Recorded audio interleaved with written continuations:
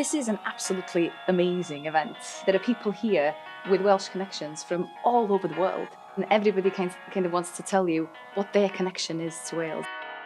In Ottawa, surrounded by people from Wales, it's kind of like an Eisteddfod feel to the whole place.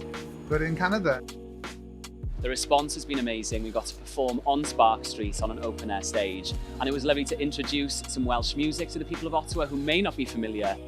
There's a lot of talent in Wales, and I think the importance of the arts is something that we really try and emphasise wherever we go. It's important for us to celebrate our culture and our identity within Wales, but it's really important, equally important, I think, to do the same outside of Wales. Make sure that people aren't stuck with these stereotypes. Wales today is so much more than that. We are evolving, the culture is still moving forward, and it's an alive culture, and I think that is something to celebrate as well.